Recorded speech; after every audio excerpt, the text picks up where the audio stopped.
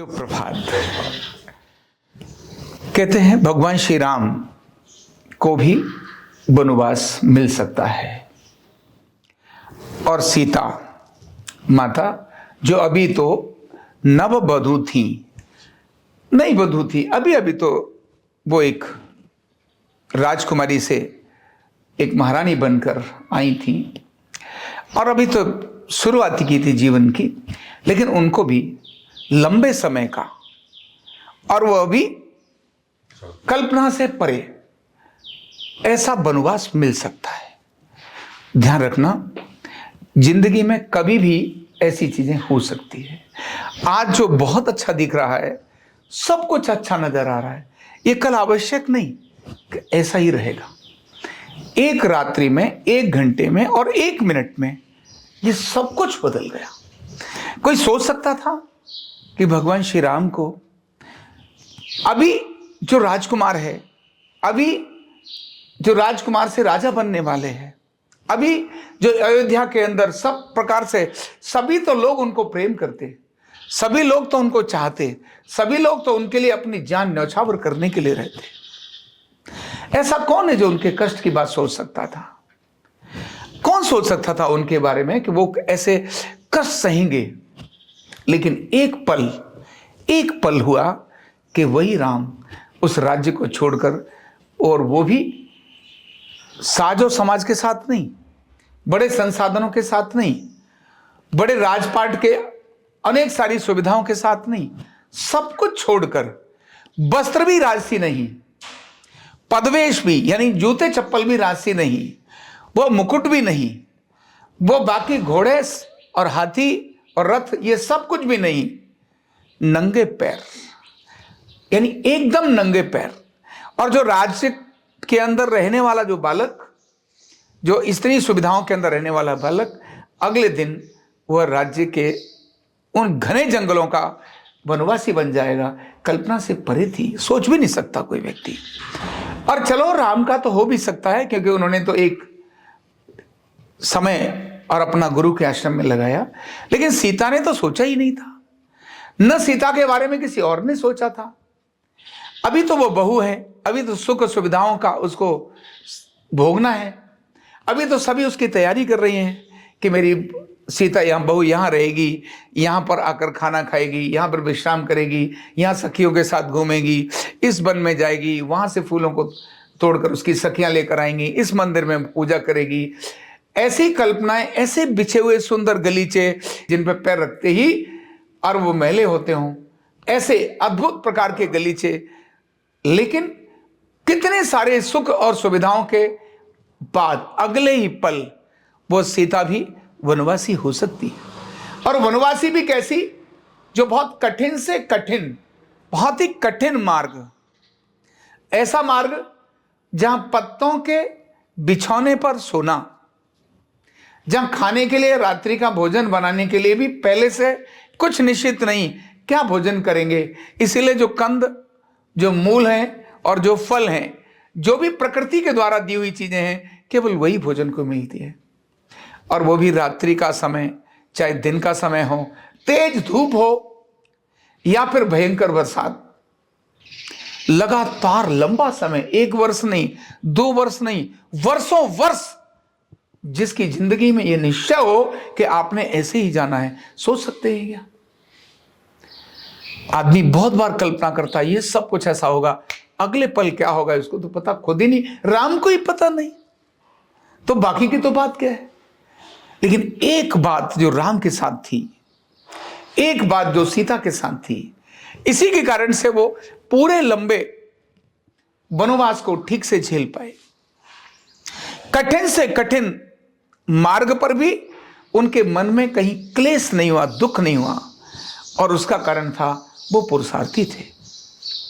जीवन का उद्देश्य, जीवन का पर्पज, पुरुषार्थ का मतलब, जैसे पुरुष के जीवन का अर्थ क्या है, इसी को पुरुषार्थ कहते हैं। उसको पता था मेरा पुरुषार्थ क्या है, तो धर्म, अर्थ, काम और मोक्ष, यही उसका पुरुषार्थ था।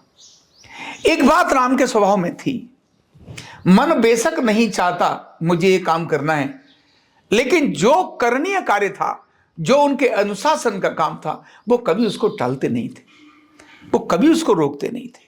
गुरुओं की आज्ञा अगर हो गई तो रात्रि हो या दिन, माता पिता की आज्ञा हो गई तो रात्रि हो या दिन, वो उस काम को करने की उनकी आदत थी।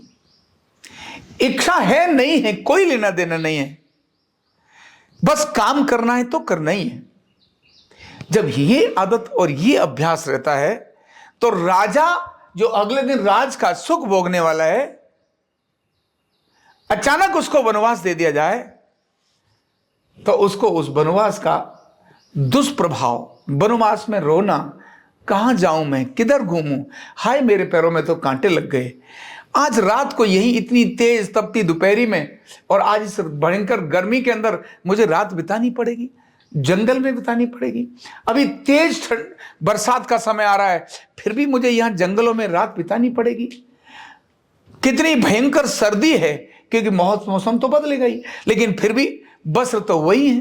कहीं ऐसे तो ढकने के लिए अनेक सारे वस्त्र नहीं, उन्हीं वस्त्रों में तो काम करना है, फिर भी तो रात बितानी पड़ेगी, दिन तो बिताना पड़ेगा, सवेरे भी तो जाना पड़ेगा।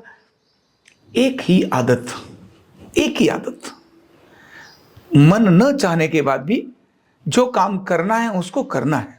आलस जिसके जीवन में नहीं, जिसके जीवन में लक्ष्य ही उसका सब कुछ है, लक्ष्य के अनुसार जो नियम बनाए हैं वो अनुशासन ही उसका अपना सब कुछ है, और उसके हिसाब से वो पुरुषार्थ करता है, वो पराक्रम करता है, वो काम करता है। जब ऐसी प्रक्रियाएं करता है जीवन के अंदर, जो आवश्यक है, जो व्यवहारिक हैं, उन सब कामों को करता है, तब सुख आने पर भी उस पर कोई फर्क नहीं पड़ता और दुख आने पर भी उसको कोई फर्क नहीं पड़ता।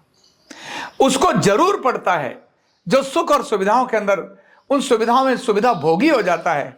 अभी तो मुझे एसी के बाहर निकलना मुश्किल है, अभी तो मुझे तेज दोपहरी में जाना बहुत मुश्किल है, अभी तो मुझे इतनी सर्दी, इतना कठिन, ऐसे में कैसे जाऊं बाहर, बड़ी ठंड है। जो कंडीशनड होते हैं उनको जिंदगी में दुख, सब कुछ रहने के बाद भी दुख होता है और कुछ भी न रहने के बाद भी उनको दुख होता है। उनको दुख कभी नहीं होता जो हर परिस्थिति में अपने को ढालने की ताकत रखते हैं, और अधिकतम वही लोग अपने को ढालने की ताकत रखते हैं जो अपने जीवन का लक्ष्य यानी पुरुषार्थ, धर्म, अर्थ, काम और मोक्ष। धर्म का अर्थ है मतलब कर्तव्य का पालन।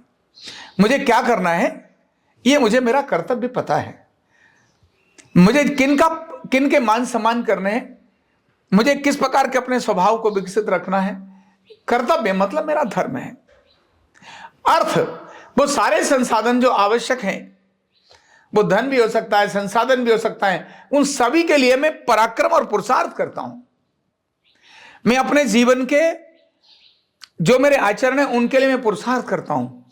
ये दोनों प्रक्रियाएं जब हो जाती हैं, धर्म और अर्थ, तो जो कामनाओं को भी पूरे करता है, जहां है सुख और शांति, आनंद उसके साथ है, जो आवश्यक चीजें उसको भोगना है, जो प्रेम है, जो भी जीवन के लिए आवश्यक है, उन सब चीजों को वो भोगता है, तो वह काम है।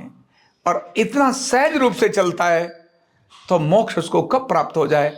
मोक्ष यानी उसको तो मोक्ष है ही, वो हर काम को कर रहा है फिर भी मोक्ष है। उसको मोक्ष के लिए अलग से ध्यान करने की जरूरत नहीं, उसको मोक्ष के लिए अलग से माला जपने की जरूरत नहीं। वो उसका कर्म ही उसका धर्म है, उसका कर्म ही अपने आप उसको शांति प्रदान करता है। और जो शांति होती है वहां मोक्ष होने के लिए दिन का इंतजार नहीं कर पड़ता, वो कब उसको मृत्यु आए, वो मृत्यु का पल ही उसका मोक्ष का पल था।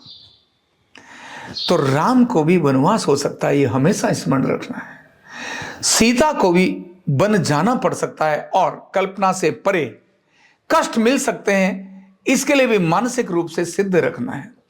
और उसके लिए अपने काम में इतना मस्त और व्यस्त रहना है कि मन न चाहे फिर भी जो मेरा करणीय कार्य है वो मैं करूंगा। मेरा मन नहीं चाहता लेकिन फिर भी मैं करूंगा, और इसी को पुरुषार्थ कहते हैं। तो जो ऐसा करता है, जिस व्यक्ति के जीवन के अंदर लक्ष्य है, अनुशासन है और संकल्प जिसका मजबूत है, संकल्प जिसका मजबूत है, उसका मन उसको आलसी नहीं, पराक्रमी बनाता है। उसका मन उसको चोर और निकृष्ट वाली बातों में नहीं, उसको धर्म का आचरण करने वाला बनाता है। ऐसे व्यक्ति को सर्वत्र लोग प्रेम करते हैं, इज्जत देते हैं, मान देते हैं, सम्मान देते हैं, और ऐसा अपने आप ही सारा कुछ होता है। इसीलिए मन की बात को न मानकर अपने कर्तव्य पर नित्य प्रतिदिन अग्रसर रहना चाहिए। बहुत बहुत धन्यवाद। न्यूरोथेरेपी का कंप्लीट कोर्स सीखने के लिए जुड़िए हमारे ऑनलाइन ट्रेनिंग प्रोग्राम से और जानिए करीब 100 बीमारियों का इलाज बिना दवा और बिना मशीन के। इस न्यूरोथेरेपी ऑनलाइन ट्रेनिंग प्रोग्राम से आप घर बैठे बन सकते हैं गवर्नमेंट सर्टिफाइड न्यूरोथेरेपिस्ट। रजिस्ट्रेशन के लिए नीचे दिए गए नंबर पर अभी कॉल करें। और हाँ, हमारे वीडियो को लाइक करना, शेयर करना और चैनल को सब्सक्राइब करना बिल्कुल भी ना भूलें। धन्यवाद।